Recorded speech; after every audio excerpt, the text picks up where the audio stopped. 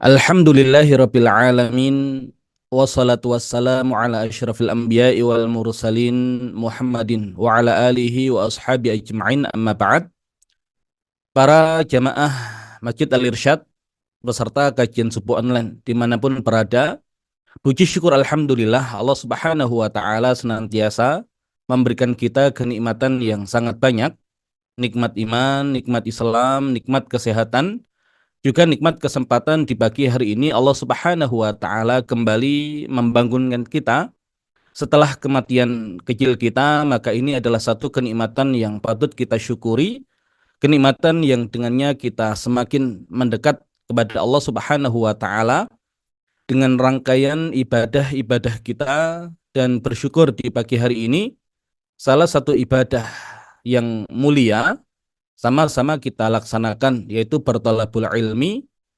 Dan kita berharap agar Allah Subhanahu wa taala jadikan aktivitas thalabul ilmi kita, terlebih ilmu yang kita kaji adalah ilmu yang tertinggi, ilmu yang paling mendasar di dalam agama Islam, karena dikatakan al-aslu fiddin ma'rifatullah, dasar di dalam beragama adalah mengenal Allah. Dan di pagi hari ini kita sama-sama berusaha untuk lebih mengenal Rabb kita, mengenal Allah Azza wa Jalla, dari satu kitab yang insya Allah sangat bermanfaat, yaitu Mausu'atu Asma'illahil Husna wa Sifatil Fudla, yang ditulis oleh Syekh Muhammad Ratib An-Nabulsi. Semoga Allah Subhanahu wa taala jaga beliau dan berikan manfaat dari ilmu-ilmu dan karya-karya beliau. Salawat serta salam semoga tetap dilimpah curahkan kepada junjungan kita Nabi besar Nabi Muhammad sallallahu alaihi wasallam, juga kepada keluarga beliau, para sahabat beliau, dan seluruh umat beliau. Baik, insyaallah pembahasan kita di kesempatan pagi hari ini adalah 3 wasilah untuk mengenal Allah Subhanahu wa taala. Di kitab Mausu'atu Asma'illahil Husna wa Sifatihil Fudla yang kita bahas pada kesempatan pagi hari ini, masuk di halaman yang ke-15, wasailul ilmi billahi jalla jalaluh, wasilah-wasilah untuk mengenal Allah jalla jalaluh. Baik, sebagaimana yang sudah kita sampaikan di pertemuan-pertemuan yang sebelumnya, bahwasanya karakter Al-Quran adalah mengangkat, dan ternyata yang mengangkat dari Al-Quran adalah iman dan juga ilmu. Maka pondasi iman adalah al-imanu billah, iman kepada Allah. Dan pondasi ilmu juga al-ilmu billah, ilmu tentang Allah. Maka inilah yang perlu untuk kita pahami dan kita pelajari ketika kita ingin membangun agama kita di atas pondasi yang sangat kuat, yaitu iman kepada Allah dan ilmu tentang Allah. Karena kualitas keimanan kita tergantung pada keilmuan kita tentang Allah Subhanahu wa taala. Dan tidaklah Allah Subhanahu wa taala memberikan kesempatan kepada hamba-hambanya untuk mengenal dirinya, bertafakuh di dalam agamanya, kecuali Allah Subhanahu wa taala menginginkan agar hamba-hamba itu menjadi orang-orang yang baik. Maka kita maksimalkan kesempatan itu untuk semakin dalam mengenal Allah Subhanahu wa taala. Dan sebelum kita membahas, maka satu hal yang perlu kita ketahui, ada satu ungkapan, an-nabiyyu ma'sum wal waliyu mahfud. Nabi itu maksum, terjaga dan terpelihara dari berbuat dosa, wal waliyu mahfud, dan wali itu juga terjaga. Nah, hanya saja kenapa wali Allah itu terjaga dari perbuatan dosa? Karena dirinya menjaga dan membentengi dari berbuat kemaksiatan kepada Allah Subhanahu wa taala. Maka al-jaza bijinsil amal, balasan sejenis dengan amalan. Dan kenapa seorang wali Allah itu tidak bermaksiat kepada Allah? Karena dia selalu menyambungkan dirinya kepada Allah Subhanahu wa taala. Maka rahasia para nabi dan rasul yang mereka adalah manusia-manusia yang terpelihara, terjaga dari perbuatan dosa. Karena mereka selalu menjadikan setiap waktu yang mereka miliki, menjadi zikir-zikir kepada Allah. Maka seorang nabi, walaupun dia tidur, maka yang tidur adalah matanya dan hatinya tidak pernah tidur. Dan dimanapun dia berada, maka dia selalu tersambung dengan Allah Subhanahu wa Ta'ala melalui zikir-zikirnya. Walaupun zikir tidak selalu dengan wasilah kalimat thayyibah, artinya zikir adalah kondisi ketika seorang hamba itu tersambung dengan Rabb-nya, teringat dengan Rabb-nya. Nah, maka inilah yang membentengi seorang manusia untuk terjaga dari perbuatan dosa. Maka dikatakan dalam satu riwayat hadis bahwasanya syaitan itu berada di dalam diri manusia, dan ketika seorang hamba itu dzakarallah, mengingat Allah, maka yang terjadi pada syaitan khanasa, dia sembunyi. Wa idza ghafala waswasa, tapi ketika seorang hamba itu lalai, maka di situ syaitan mulai waswasa, membisikkan hal-hal yang buruk agar seorang hamba, seorang manusia berbuat perbuatan dosa. Nah, sehingga inilah yang perlu kita pahami, bagaimana kita menggantungkan diri kita, menyambungkan diri kita kepada Allah Subhanahu wa Ta'ala agar diri kita yang bukan nabi ini bisa terjaga, bisa terpelihara dari perbuatan dosa. Satu hal di dalam Al-Quran, di mana Allah Subhanahu wa Ta'ala perintahkan, dan perintahnya ini berbeda dengan perintah-perintah ibadah yang lain, karena Allah Subhanahu wa Ta'ala sifati perintah ini dengan redaksi banyak. Apa perintah yang dimaksud? Allah Subhanahu wa Ta'ala berfirman, ya ayyuhalladzina amanu dzkurullaha dzikran katsira. Wahai orang-orang yang beriman, berzikirlah kepada Allah dengan zikir yang banyak. Nah, Allah Subhanahu wa Ta'ala tidak sekedar memerintahkan kita untuk berzikir, tapi Allah Subhanahu wa Ta'ala bahkan memerintahkan kita untuk zikir dengan zikir yang banyak, dan sebisa mungkin setiap waktu yang kita miliki menjadi peluang untuk berzikir kepada Allah Subhanahu wa Ta'ala. Dan kalau kita bisa menjadikan setiap waktu yang kita miliki, setiap aktivitas yang kita lakukan menjadi wasilah untuk zikir kepada Allah, maka disitulah kita selalu tersambung dengan Allah, dan kita akan terpelihara dari perbuatan-perbuatan dosa dan kemaksiatan, karena tidak mungkin seorang hamba yang tersambung dengan Rabb-nya dia berbuat kemaksiatan. Nah, sehingga zikir ini menjadi perintah di dalam Al-Quran yang Allah Subhanahu wa Ta'ala sifati dengan sifat banyak. Dan salah satu zikir di dalam Al-Quran, Allah Subhanahu wa Ta'ala berfirman, wa aqimis salata li dzikri, dan dirikan salat untuk zikir kepadaku. Nah, maka zikir ini tidak ada batas maksimalnya. Semakin banyak kita berzikir, semakin banyak kita menyambungkan diri kita dengan Allah, maka semakin baik. Tapi minimal kita berzikir kepada Allah, kita menyambungkan diri kepada Allah adalah dengan salat 5 waktu. Ya, karena salat merupakan zikir sebagaimana yang Allah Subhanahu wa Ta'ala firmankan, maka salat 5 waktu itu menjadi batas minimal zikir seorang hamba kepada Allah Subhanahu wa Ta'ala. Maka ketika ada seorang hamba, seorang manusia yang tidak mengerjakan salat 5 waktu, ya, maka seolah hubungan dia dengan Allah dalam kondisi seperti itu sedang terputus. Maka wajar ketika syaitan itu membisikkan dengan bisikan-bisikan keburukan, sehingga orang yang tidak salat itu semakin besar potensinya untuk berbuat dosa, berbuat kemaksiatan. Maka Allah Subhanahu wa Ta'ala berfirman di dalam Al-Quran, innas salata tanha 'anil fahsya'i wal munkar.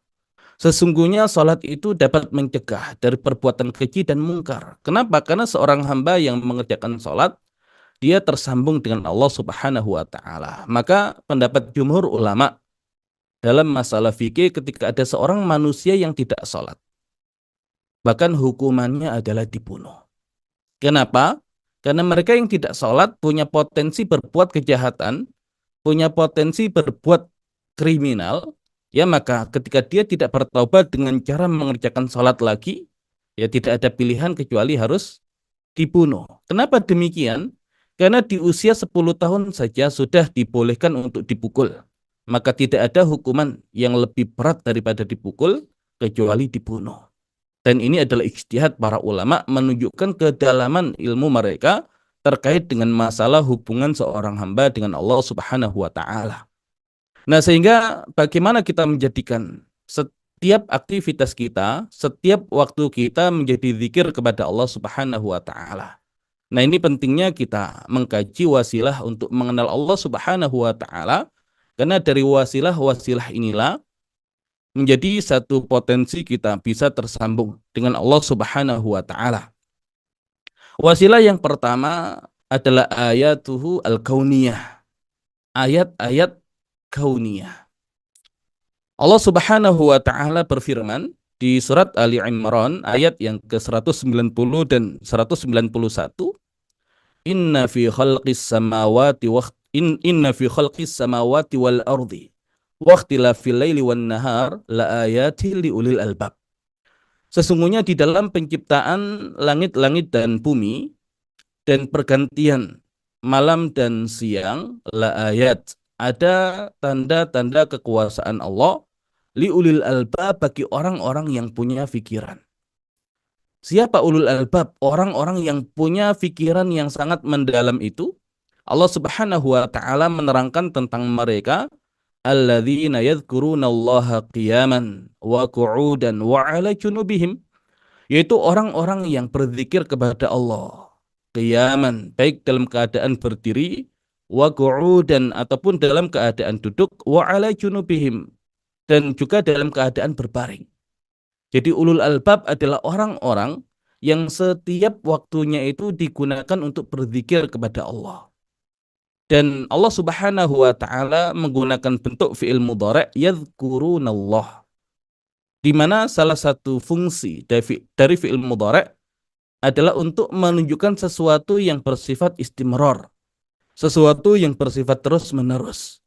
Kemudian Allah Subhanahu wa taala sambungkan wa yatafakkaruna fi khalqis samawati wal ard, dan mereka merenungkan di dalam penciptaan langit-langit dan bumi, dan hasil perenungan mereka, Rabbana ma khalaqta hadza batila subhanak faqina adzabannar. Wahai Rabb kami, ma khalaqta hadza batila, engkau tidak ciptakan ini semua sia-sia, subhanak, maha suci engkau, faqina adzabannar, maka jagalah kita dari siksa api neraka. Dan inilah aktivitas ulul albab, orang-orang yang selalu menyambungkan diri dengan Allah Subhanahu wa taala, berzikir di setiap keadaannya. Ketika dia berdiri, dia tersambung dengan Allah. Ketika dia duduk, dia tersambung dengan Allah. Dan bahkan dalam keadaan berbaring, dia pun tersambung dengan Allah. Dan aktivitas yang selalu dia lakukan, wa yatafakkarun, dan selalu merenungkan, selalu memikirkan fi khalqis samawati wal ard, di dalam penciptaan langit-langit dan bumi. Nah, maka ini adalah ayat kauniyah. Ayat-ayat kauniyah yang menjadi wasilah untuk mengenal Allah Subhanahu wa taala.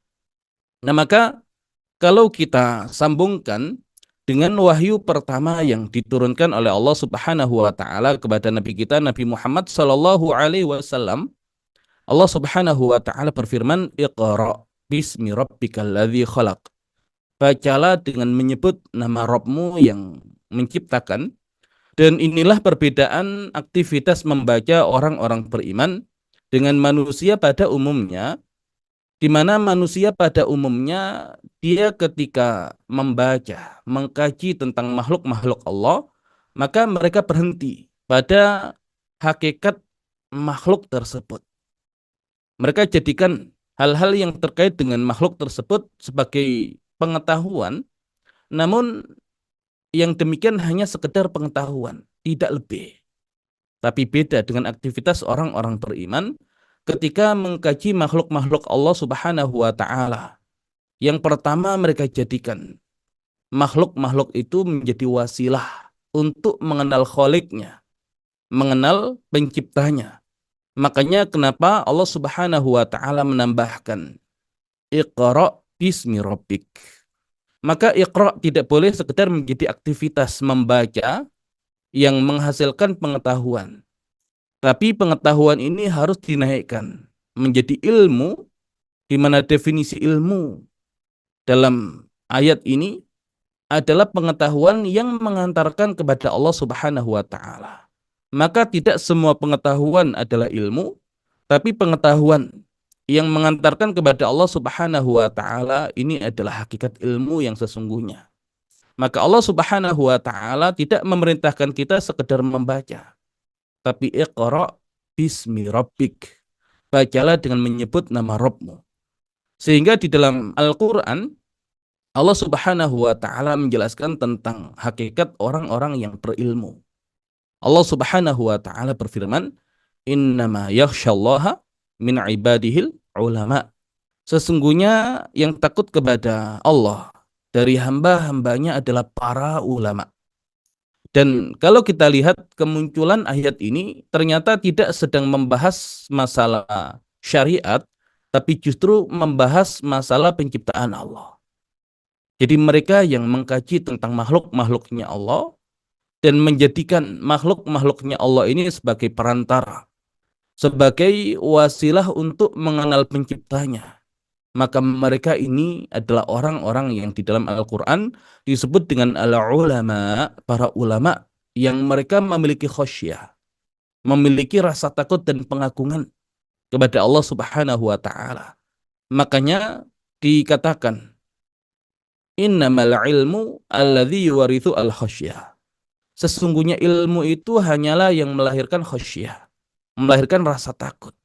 Dan ini bedanya orang-orang beriman dengan orang-orang di luar Islam, di mana mereka semakin mengkaji tentang alam, semakin menjadikan mereka menjadi jauh dari agamanya dan ujung-ujungnya adalah ateis. Ya kenapa? Karena ketika mereka mengkaji tentang alam semesta, mereka dapati fakta-fakta dan fenomena-fenomena ya di mana apa yang ada di alam semesta tidak mungkin bertentangan dengan akal. Kenapa? Karena Allah yang menjadikan akal, Allah pula yang menciptakan alam semesta. Tapi agama yang mereka anut tidak mengakomodir yang demikian. Ya, sehingga mereka tinggalkan agama mereka, mereka tidak percaya dengan agama mereka, sehingga mereka menjadi orang-orang yang ateis. Tapi beda dengan orang-orang Islam, orang-orang beriman, di mana agama Islam agama yang selaras dengan kebutuhan manusia, baik berkaitan dengan unsur fisik ataupun berkaitan dengan unsur akal dan juga berkaitan dengan unsur jiwa. Maka semua yang menjadi kebutuhan manusia selaras dengan apa yang ada dalam agama Islam. Maka ketika orang-orang beriman mengkaji tentang makhluk-makhluk Allah Subhanahu wa taala, yang ada bukan ateis, yang ada semakin bertambah keimanannya. Kenapa? Karena mereka merasakan kebesaran Allah Subhanahu wa taala di dalam ciptaannya. Nah, sehingga dikatakan di dalam kitab ini, hadzal kaunu yantiqu biwujudillah wa wahdaniyatihi wa kamalihi. Alam semesta ini berbicara tentang keberadaan Allah, keesaannya, kesempurnaannya. Waqad qil, dan sungguh telah dikatakan al-kaunu Qur'anun shamit. Alam semesta itu adalah Quran yang diam, wal Qur'anu kaunun natiq, dan Al-Quran itu adalah semesta yang bicara, wan Nabi sallallahu alaihi wasallam Qur'anun yamshi, dan Nabi Muhammad sallallahu alaihi wasallam adalah Al-Quran yang berjalan. Kenapa? Li'anna kullama fil kauni yu'addu madharan li asma'illahil husna. Karena sesungguhnya setiap apa yang ada di alam semesta ini yu'addu madharan, dianggap sebagai cerminan li asma'illahil husna, untuk nama-nama Allah Subhanahu wa taala yang indah. Kenapa demikian? Tara fil kauni rahmah. Engkau melihat di alam semesta ini ada rahmat, ada kasih sayang, idzan Allahu rahim. Maka kita bisa mengenal Allah rahim, Allah yang maha penyayang. Tara fil kauni hikmah. Engkau melihat di alam semesta ada hikmah, idzan Allahu hakim. Maka kita bisa mengenal Allah hakim, yang maha bijaksana. Tara fil kauni quwwah. Kalian mendapati di alam semesta ada kekuatan. Wallahu qawi. Dan sungguh Allah itu maha kuat. Tara fil kauni ghinan. Kamu melihat kekayaan yang luar biasa di alam semesta. Wallahu ghani. Dan Allah itu maha kaya. Ya, maka setiap yang ada di alam semesta ini menjadi cerminan akan penciptanya. Maka kita bisa menjadikan setiap makhluk-makhluk Allah menjadi wasilah untuk mengenal Allah. Dan ini yang membedakan kita dengan orang-orang yang ada di luar Islam, di mana mereka ketika berinteraksi dengan makhluk murni antar hubungan makhluk dengan makhluk. Tapi tidak demikian dengan orang-orang yang beriman. Mereka membangun hubungan dengan makhluk atas dasar iman mereka kepada Allah.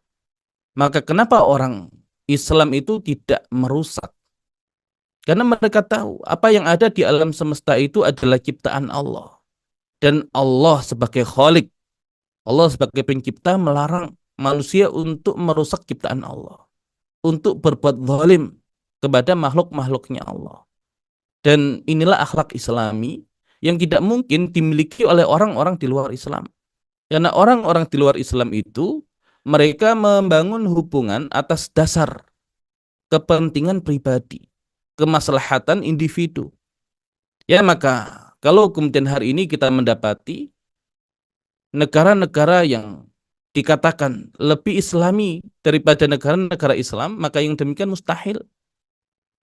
Ya, dikatakan orang-orang Jepang itu sangat menjaga kebersihan. Bukankah kebersihan itu adalah bagian dari akhlak di dalam Islam? Ya, maka kita katakan iya. Tapi motivasi orang-orang Jepang itu menjaga kebersihan bukan karena iman mereka kepada Allah, tapi karena mereka mendapatkan manfaat dari kebersihan itu yang kembali kepada diri mereka. Ketertiban, keamanan, dan yang lain-lain, manfaatnya kembali kepada mereka.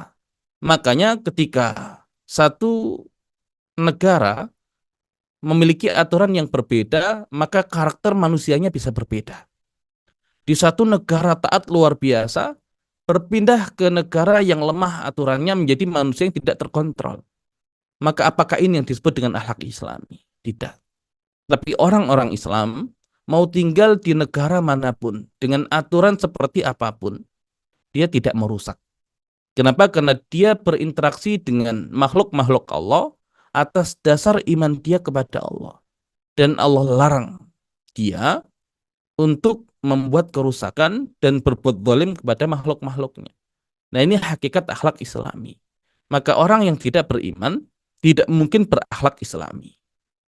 Tapi yang ada itu adalah akhlak yang terkait dengan maslahat dirinya sendiri. Nah, ini yang perlu kita pahami. Maka kenapa akhlak itu menjadi buah dari keimanan. Dan akhlak orang beriman tidak pernah berubah. Maka lihat sejarah. Ya, lihat sejarah ketika umat Islam itu mayoritas. Maka Allah perintahkan kita berbuat ihsan kepada semua manusia. Dan lihat orang-orang kafir ketika mereka minoritas. Seolah mereka adalah orang-orang yang baik yang bisa hidup rukun dengan orang-orang beriman. Tapi lihat kondisi ketika mereka yang berkuasa.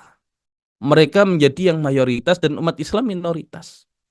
Yang ada karakter dan akhlak mereka berubah. Yang tadinya seolah mereka bisa hidup dengan kaum muslimin, yang ada mereka lakukan pembantaian. Dan itu adalah watak asli mereka. Kenapa kondisi bisa berubah? Ya karena akhlak mereka dibangun di atas kemaslahatan. Ketika mereka minoritas, maslahatnya adalah mereka seolah-olah baik. Tapi ketika mereka mayoritas, maka watak aslinya akan keluar. Tapi lihat kaum muslimin, entah mayoritas, entah minoritas, selalu yang ditampilkan adalah akhlak Islami. Maka dalam hal pembebasan-pembebasan negeri, kita dapati yang demikian. Betapa di zaman Khalifah Umar, ketika menaklukkan Baitul Maqdis, maka luar biasa toleransi yang dihadirkan oleh kaum muslimin. Dan lihat ketika pasukan salib masuk ke Baitul Maqdis, mereka bantai kaum muslimin. Dan lihat ketika Salahuddin Al-Ayyubi merebut kembali, maka ditampilkan kembali akhlak Islam yang luar biasa. Dan lihat hari ini ketika orang-orang Zionis yang berkuasa, pembantaian mereka lakukan. Ya, karena itulah yang menjadi maslahat mereka. Mereka membangun hubungan bukan karena Allah, tapi berbeda dengan kaum muslimin. Dan inilah yang menjadi rahasia kenapa akhlak kaum muslimin itu tidak pernah berubah di kondisi apapun. Karena Allah perintahkan agar kaum muslimin dalam kondisi apapun ya seperti itu akhlaknya. Ya, tapi tidak ada masalah. Ya, karena orang yang ihsan itu tidak mencari apa yang dikatakan oleh manusia, apa yang dipandang oleh manusia, cukuplah Allah Subhanahu wa taala yang memandang perbuatan itu. Ya, maka tidak ada kerugian dengan kita berakhlak yang demikian, karena kita melakukan itu semua murni karena Allah Subhanahu wa taala dan Allah yang akan membalasnya. Maka orang yang sampai ke makom ihsan itu, ya sebagaimana kata Nabi, anta budallah ka'annaka tarahu, fa illam takun tarahu fa innahu yaraka. Hendaklah kamu beribadah kepada Allah seolah-olah kamu melihatnya, dan jika kamu tidak melihatnya maka Allah melihatmu. Ya, tidak peduli lagi dengan pandangan manusia. Ya, asal kita tidak melanggar aturan Allah, kita taat kepada Allah, sudah. Ya, dunia sementara, yang selama-lamanya adalah kehidupan akhirat. Ya, maka inilah yang juga menjadi rahasia kenapa nanti rumah tangga kaum muslimin itu selalu baik. Ya, karena orang yang beriman kepada Allah, maka dia bersikap sesuai dengan perintah Allah. Allah perintahkan jadi suami yang baik. Apapun kondisi istrinya tidak pengaruh. Kenapa? Karena Allah perintahkan dia jadi suami yang baik. Tapi kalau seseorang itu membangun hubungan bukan karena Allah, tapi sekedar hubungan sesama makhluk. Ketika dia dapati pasangannya tidak sesuai dengan keinginan dia, dia pun berubah. Ya, sama ketika kita bertetangga. Tetangga kita seperti apapun kondisinya, mau baik mau tidak baik, kita baik kepada dia. Bukan karena dia baik kepada kita, tapi karena Allah perintahkan kita untuk baik kepada tetangga. Dan inilah akhlak Islam. Baik, ya jadi alam semesta, dia menjadi wasilah untuk mengenal Allah Subhanahu wa taala. Maka kalau kita menerangkan tentang 3 lapis ilmu. Al-ilmu billah, ilmu tentang Allah. Al-ilmu bi awamirillah wa nawahihi, ilmu tentang perintah-perintah Allah dan larangan-larangannya. Kemudian al-ilmu bi khalqillah, ilmu tentang ciptaan Allah. Dan ini adalah urutan. Ya, di dalam kurikulum pendidikan Islam diawali dengan ilmu tentang Allah dulu. Dan ini kalau kita kembalikan ke Sirah Nabawiyah, fasenya adalah fase makiyah, penanaman iman, mengenalkan Allah Subhanahu wa taala. Namun uniknya di ilmu tentang Allah ini ternyata tingkatan ilmu yang ketiga, ilmu tentang ciptaan Allah. Itu bisa kita jadikan sebagai wasilah untuk mengenal Allah. Ya, jadi kalau kemudian hari ini kita belajar tentang IPA, science, itu bisa menjadi tingkatan ilmu yang ketiga. Tapi kalau dia menjadi tingkatan ilmu yang ketiga, itu nanti sentuhannya adalah akal. Ya, tapi akal yang sudah diberikan pondasi keimanan. Tapi ketika dia dipelajari di fase sekolah dasar, maka sentuhannya adalah hati. Ya, sentuhannya adalah jiwa. Kenapa? Karena makhluk-makhluk itu menjadi wasilah untuk mengenal Allah Subhanahu wa taala. Nah, maka dikatakan al-ayat al-kauniyah. Al-ayat al-kauniyah. Dan al-ayat al-kauniyah ini adalah ma'rifatullah bi khalqihi, mengenal Allah melalui ciptaannya. Dan kalau kita kembalikan ke konsep yang ada di surat Al-Alaq, Iqra bismi rabbikal ladzi khalaq. Bacalah. Apa yang kita baca ya Allah? Yang kita baca adalah Kitabullahil Mandzur. Kitab Allah yang bisa kita lihat dengan mata kepala kita. Dan itu adalah alam semesta. Ya maka ya bisa kita bahasakan tadi ya ma'rifatullah bi khalqihi adalah al-ayat al-kauniyah, dan dalam surat Al-Alaq ya maka yang demikian adalah Kitabullahil Mandzur. Ya kitab Allah yang terlihat oleh pandangan kita. Dan sebagaimana yang tadi kita sampaikan, bedanya kaum muslimin ketika mengkaji tentang makhluk-makhluknya Allah, dia tidak berhenti pada hakikat pengetahuan yang terkait dengan makhluk itu, tapi dia jadikan sebagai wasilah untuk mengenal penciptanya. Dan setelah itu, ya ketika dia mengkaji tentang makhluk-makhluk Allah yang ada, dia merasakan ternyata itu semua adalah kenikmatan yang Allah Subhanahu wa taala berikan kepada manusia. Maka orang beriman merasakan setiap apa yang ada pada makhluk Allah itu adalah nikmat yang Allah Subhanahu wa taala sediakan dan berikan kepada hamba-hambanya. Maka memunculkan kesyukuran. Ya, memunculkan kesyukuran. Dan hakikat dari mereka yang mengenal Allah itu ujungnya adalah kesyukuran. Maka kenapa di dalam Al-Qur'an? Ya, kenapa di dalam Al-Qur'an? Ketika Allah Subhanahu wa taala memotret manusia-manusia mulia, para nabi dan rasul, ya khususnya ulul azmi, ternyata gambaran tentang mereka adalah orang-orang yang banyak bersyukur. Nabi Nuh alaihissalam dikatakan innahu kana 'abdan syakura. Sesungguhnya dia adalah hamba yang banyak bersyukur. Kemudian Nabi Ibrahim alaihissalam dikatakan syakiran li an'umi ijtabahu wa hadahu ila siratin mustaqim. Seorang yang bersyukur kepada nikmat-nikmat Rabb-nya. Dia telah memilihnya dan menunjukkan dia kepada jalan yang lurus. Dan kalau mereka bisa merasakan kenikmatan di dalam setiap ciptaan Allah, kemudian melahirkan kesyukuran, maka yang ada adalah menjadi motivasi beribadah kepada Allah. Ya, maka Nabi Shallallahu Alaihi Wasallam ketika ditanya tentang ibadah beliau hanya mengatakan, afala aku abdan syakura. Apakah aku tidak boleh menjadi hamba yang banyak bersyukur?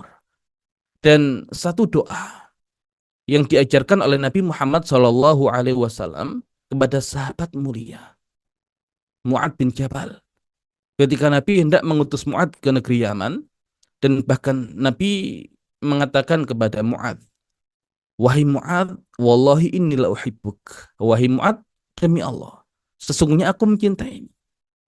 Dan bisa jadi ketika engkau kembali, engkau sudah tidak mendapatiku lagi. Yang engkau dapati, ya adalah kuburanku. Ya, maka menjadikan ya Mu'ad begitu sedih, dan kemudian Nabi ajari doa.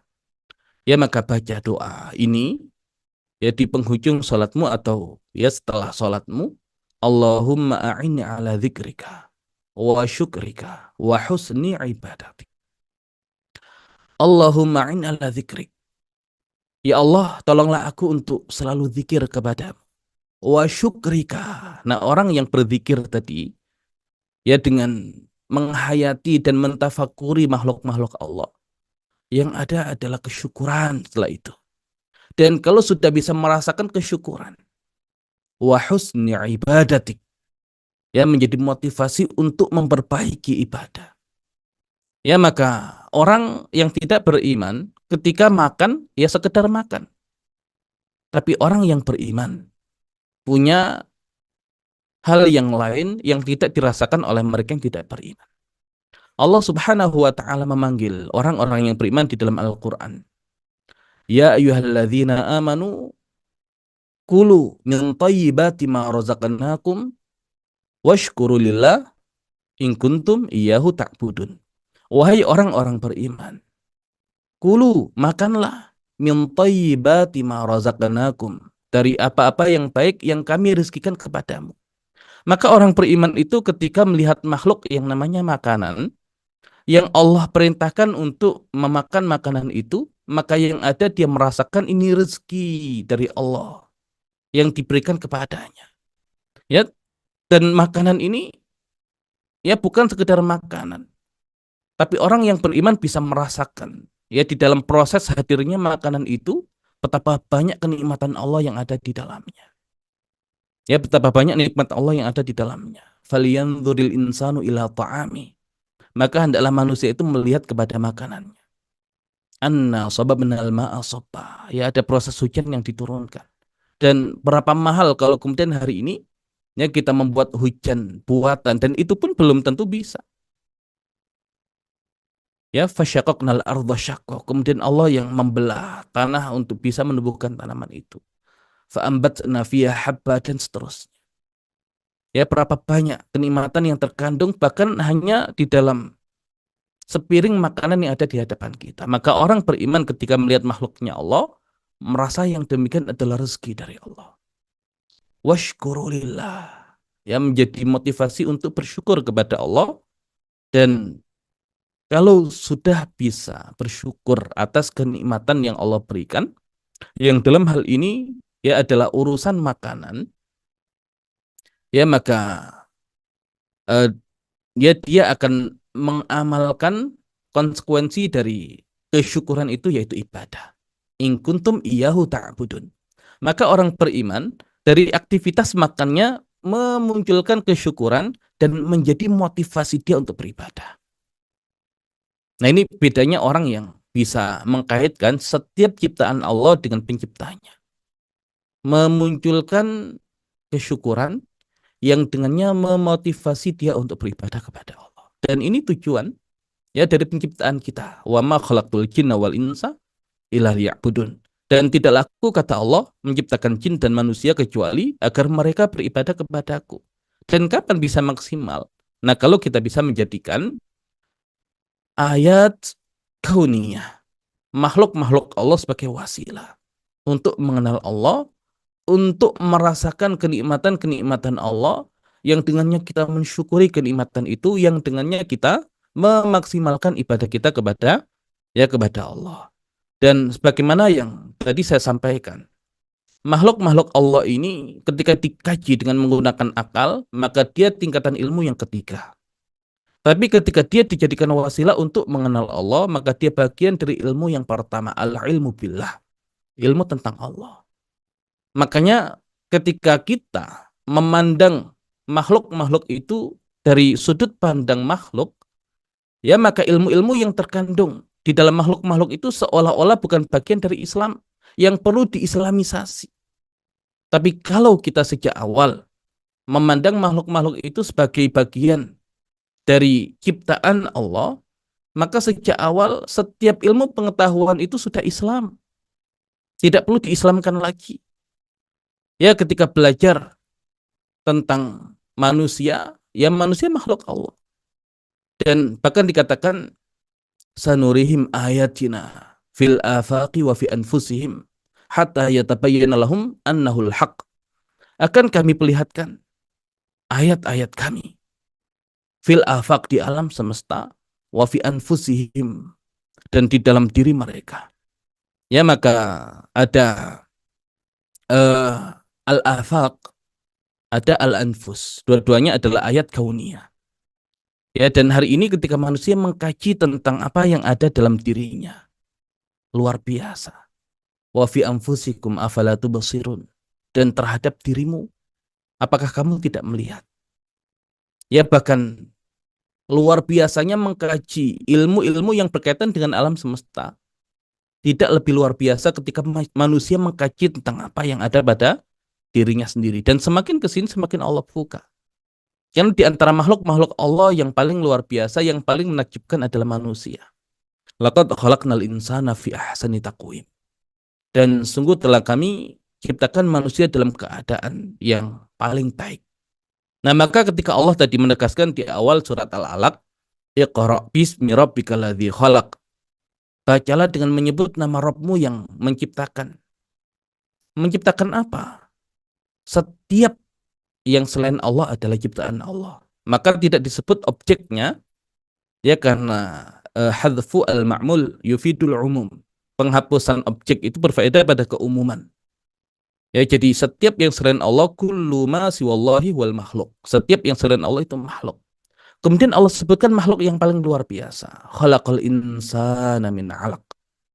Yang telah menciptakan manusia dari segumpal darah. Kenapa disebut manusia? Karena dia adalah makhluk yang luar biasa.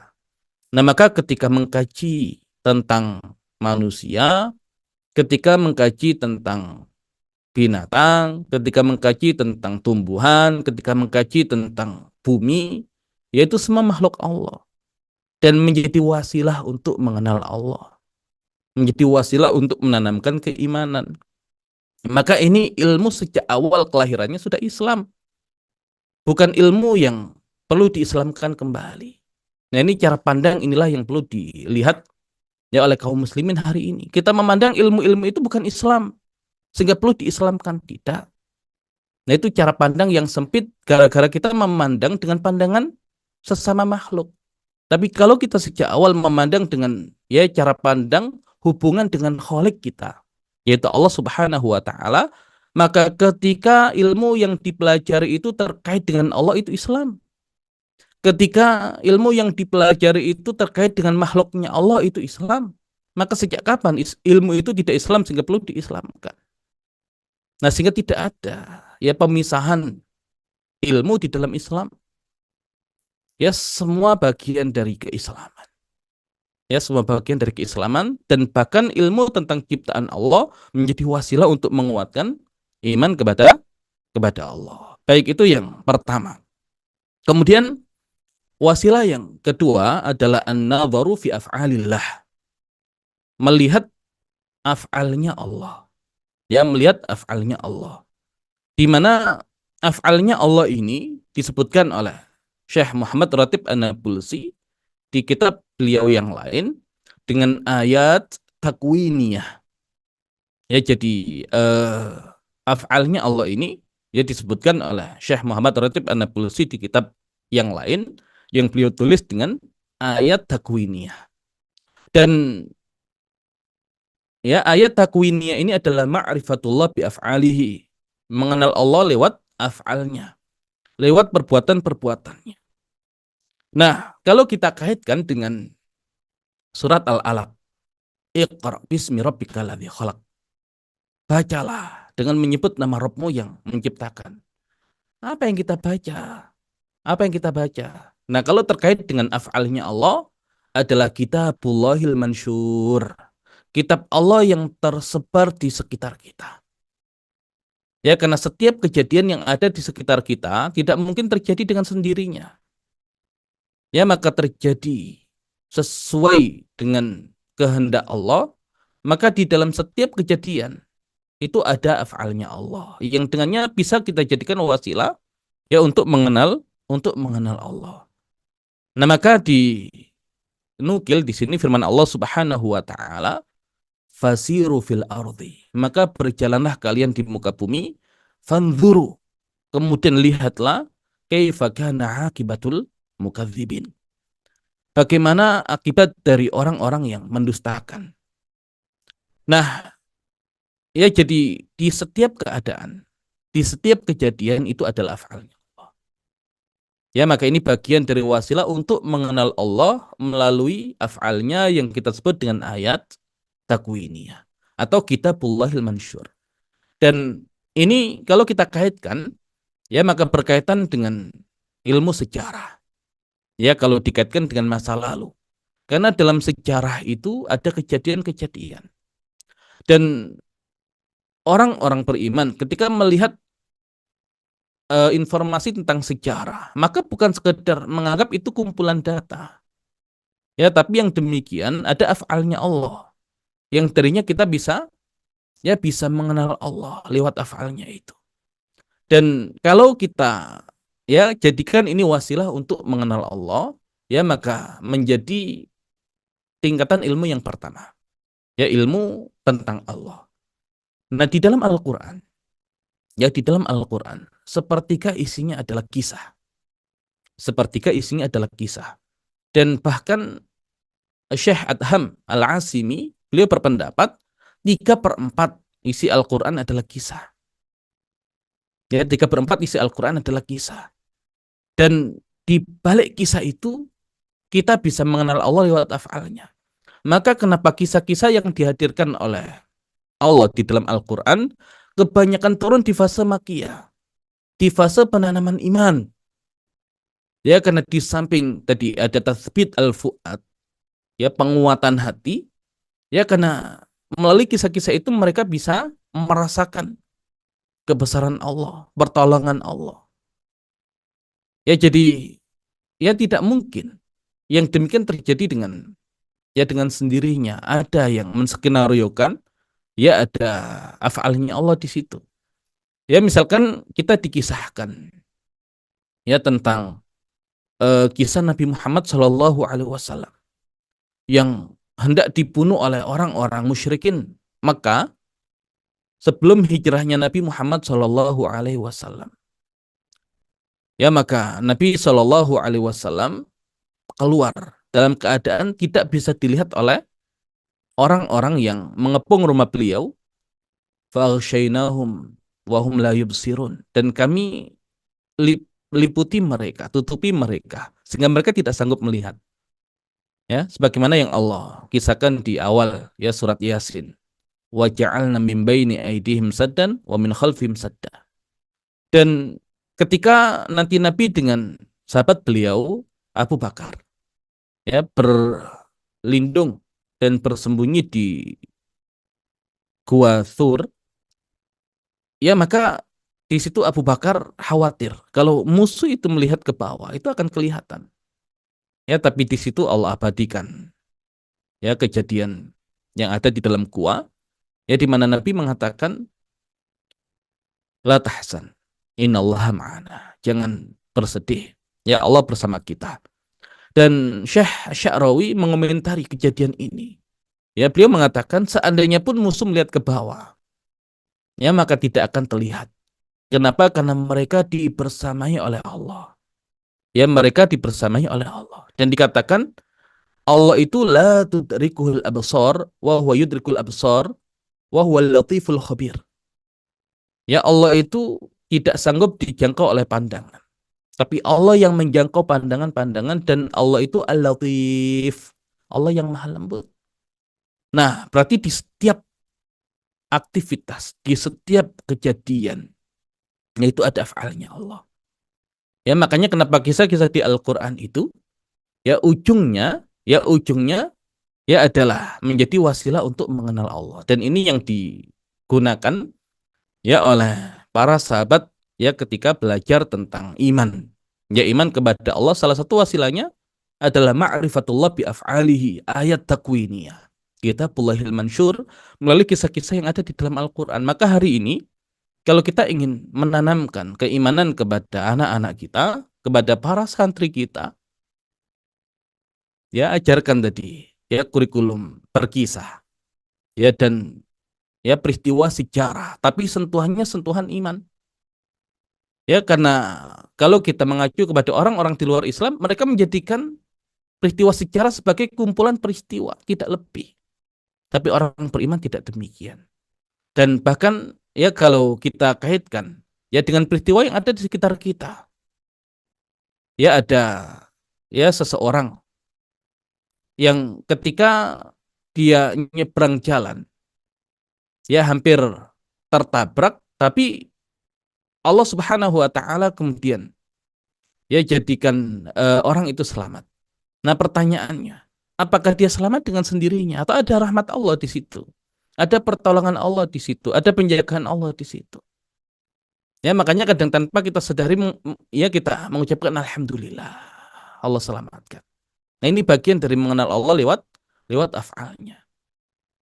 Nah, sehingga ya Al-Quran ya sepertiga isinya atau bahkan 3/4 isinya adalah kisah peristiwa sejarah, dan itu adalah ya af'alnya Allah Subhanahu wa taala yang bisa kita jadikan ya sebagai wasilah untuk menguatkan keimanan kita ya untuk mengenal Allah Subhanahu wa taala. Nah, ini wasilah yang kedua.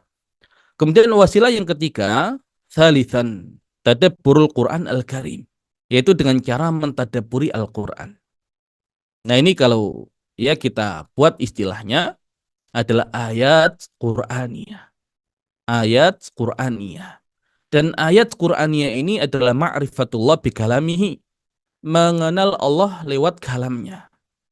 Ya, jadi 3 wasilah untuk mengenal Allah. Ya, ma'rifatullah bi khalqihi, mengenal Allah lewat ciptaannya. Ma'rifatullah bi af'alihi, mengenal Allah lewat af'alnya. Ma'rifatullah bi kalamihi, mengenal Allah lewat kalamnya. Yang pertama, ayat kauniyah. Yang kedua, ayat takwiniyah. Yang ketiga, ayat Qur'aniyah. Dan kalau kita kaitkan dengan apa yang ada di dalam surat Al-Alaq, ya kalau ayat kauniyah adalah kitabullahil mandur, kitab Allah yang bisa kita lihat dengan mata kita. Kemudian kalau ayat takwiniyah ini af'alnya Allah adalah kitabullahil mansyur, kitab Allah yang tersebar di sekitar kehidupan manusia. Kemudian kalau Al-Quran, ya Al-Quran kalamnya Allah, di ayat Qur'aniyah adalah kitabullahil mastur, ya kitab Allah yang tertulis. Ya, jadi konsep ini sebetulnya sudah terangkum di 5 ayat yang diturunkan oleh Allah Subhanahu wa taala kepada Nabi kita Nabi Muhammad sallallahu alaihi wasallam. Iqra bismi rabbikal ladzi khalaq. Iqra, bacalah. Tapi baca tidak boleh hanya berhenti di pengetahuan, harus dinaikkan. Pengetahuan yang mengantarkan kepada Allah, nah itu menjadi ilmu. Ya, bismi rabbikal ladzi khalaq. Nah, apa yang kita baca? Kitabullahi al-manzur, kitabullahi al-mansyur, kitabullahi al-mastur. Ya, ayat takwiniyah, ayat ayat kauniyah, ayat takwiniyah, ayat Qur'aniyah. Ma'rifatullah bi khalqihi, ma'rifatullah bi af'alihi, ma'rifatullah bi kalamihi. Ya, maka dikatakan afala yatadabbaruna al-Qur'an. Apakah mereka tidak mentadabburi Al-Qur'an? Am ala qulubin aqfaluha. Ataukah pada hati itu ya ada kunci-kunci, ya ada gembok-gembok, sehingga petunjuk Allah, cahaya yang tersimpan di dalam Al-Qur'an tidak bisa masuk.